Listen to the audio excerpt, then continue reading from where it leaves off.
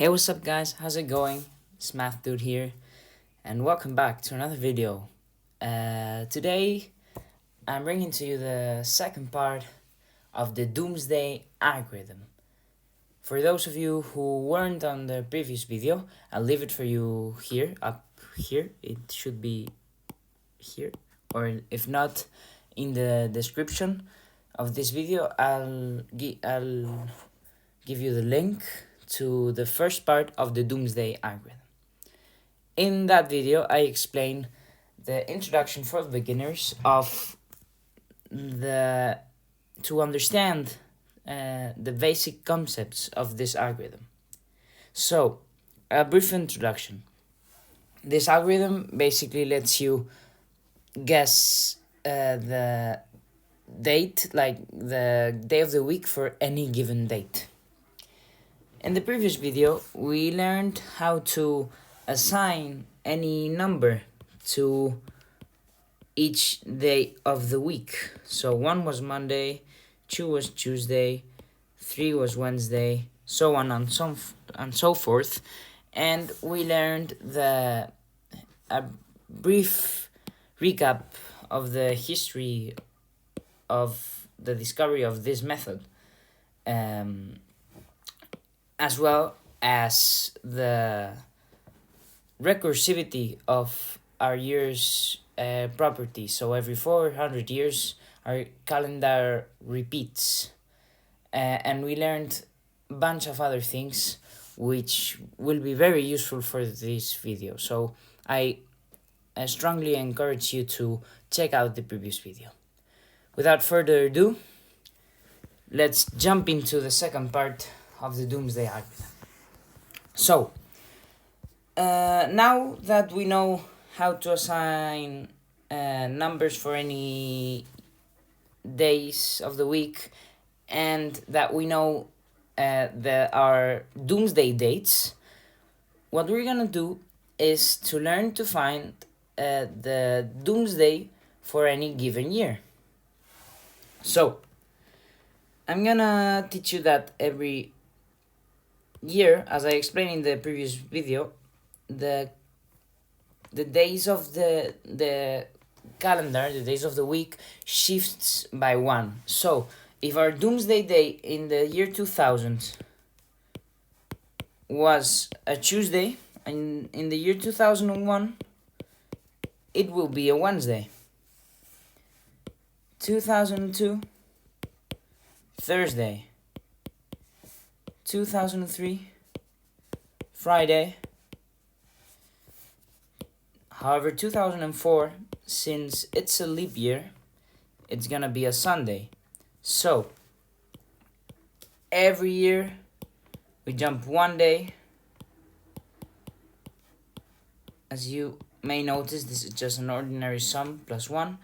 Except from a normal year to a leap year, and a leap year, for those of you who don't remember, is any given year that's divisible by 4. So this means that when we divide, for example, 2004 division by 4, the remainder is 0, since we can neatly divide this and it's 501. Okay, so why is it useful to know this? Because what we're gonna do is we're not gonna memorize the Doomsday for every year. We're gonna calculate it from our base year. So we're just gonna remember our year of reference, as I explained in the previous video, is gonna be the first year of every century. So for the 16th century, I explained, it was Tuesday, Doomsday day for that year. The 1700s, Sunday. 1800s, Friday.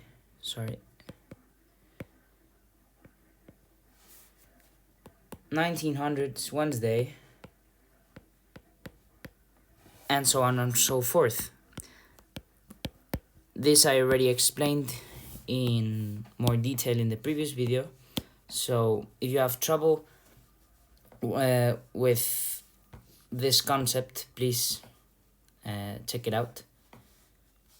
Okay, so now how do we calculate the Doomsday Day for any year in between any century? Let's grab the current year we're in.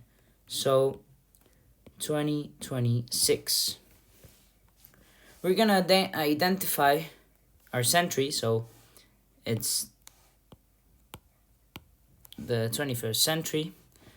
And we're gonna grab our reference year, which is the first year of the 21st century, which is this 2000s. This year we know it's Doomsday, it's on Tuesday. And as you may infer, we're gonna add to Tuesday, we're gonna do an operation, and we're gonna do Tuesday plus 26, but not only 26, because we're gonna try to find the Doomsday for 2026, but as I explained earlier, it's not uniform sum. So when we go from a normal year to a leap year, it's not +1. So this would be incorrect. The correct interpretation of this sum will be that when we pass from a normal year to a leap year, we add 2 days, because a leap year has 2 more days, as I explained. So it's not a uniform sum. So we're gonna take this into consideration and add 26, but also we're gonna add 26 divided by 4. Why? Because if we only took one value for every year, for each leap year, and that's every 4 years, we would have to add one more. So it would not only be +1, but it will be +2.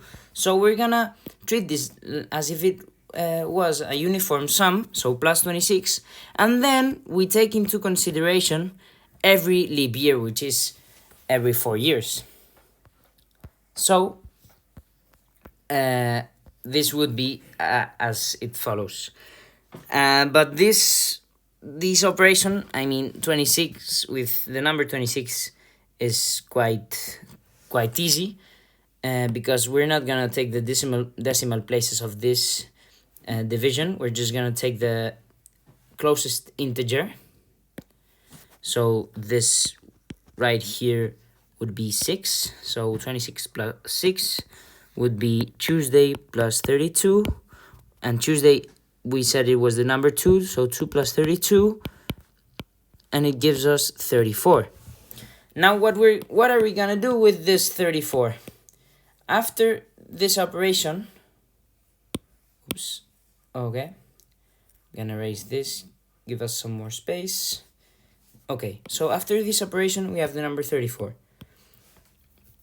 Because we calculated all the sums we had to do from our year of reference till the 26 years after, and it's Tuesday plus 32, which gives us 34. Now what we're gonna do is find the remainder when dividing this by 7. So 34 divided by 7, closest integer is 4, remainder 6, because 7 times 4 equals 28. From 28 till 34, that's 6 whole numbers. So now we're gonna translate this to day. This 6 is gonna be a Saturday. So after all of this, and then calculating the date we're in, which we're gonna do shortly, we're gonna translate it into words. So the day of the week. This right here, we're not gonna do it until we get rid of every single operation we need to do, because it will be easier to operate with numbers rather than with words. Okay, so I'm gonna teach you a little shortcut. Instead of accounting for every single leap year that's in between, it's useful to know that as you know, every year it's +1, except when it's leap years. But starting from our reference year, so that would be our 00 years for every century, we know that from that year onwards, every 12 years, regardless of how many leap years there are in between, our day of the week is gonna be +1. So just as if we pass from a normal year to another one. So, why is this very useful? Because now we can find the closest multiple integer, multiple of 12, and take into consideration which position of multiple is it. So, okay, let me explain. Let's go on and write a bunch of 12s. We're gonna multiply 12 times 1. That's 12. Oh, okay. That's 12. Times 2. That's 24. Times 3. That's 36. Times 4. Oh.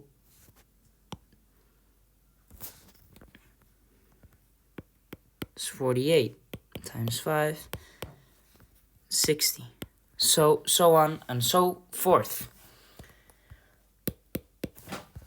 Okay, so how can we use this? If you notice here, I told you that every 12 years it's +1. So let's start from the year 2000 till the year 2012. That will be +1. So if the year 2000 is a Tuesday, 2012 or Doomsday Day will be Tuesday +1, which is Wednesday.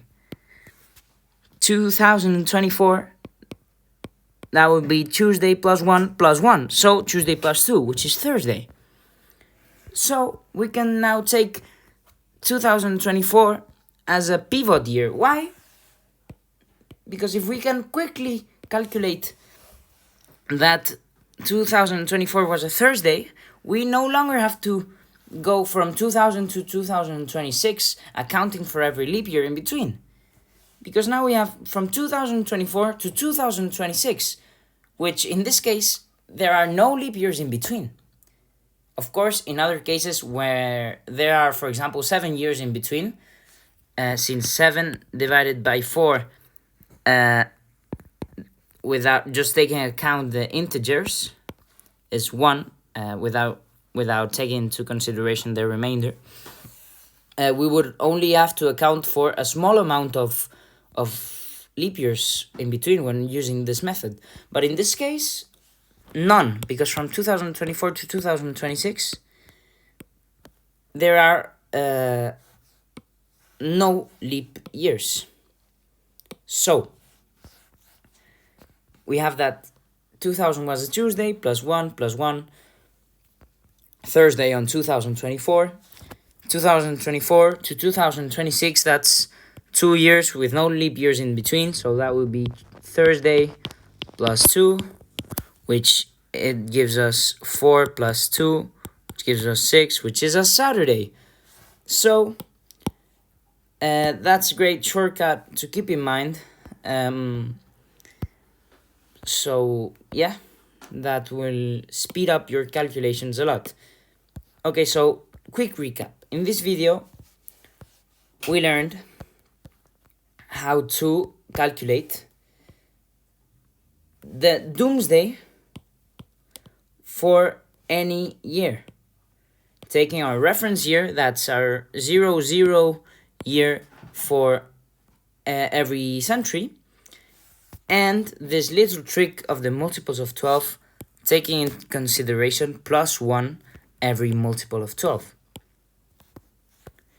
So now, in the next video, I'm gonna teach you how to quickly perform this, and we're gonna tie it together with the concepts of the previous video, and we're gonna end up polishing our abilities regarding this method.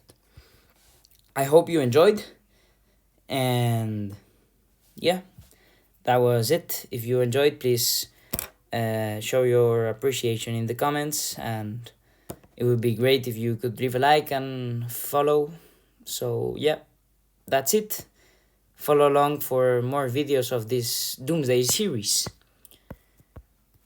Math Guy out. Bye bye.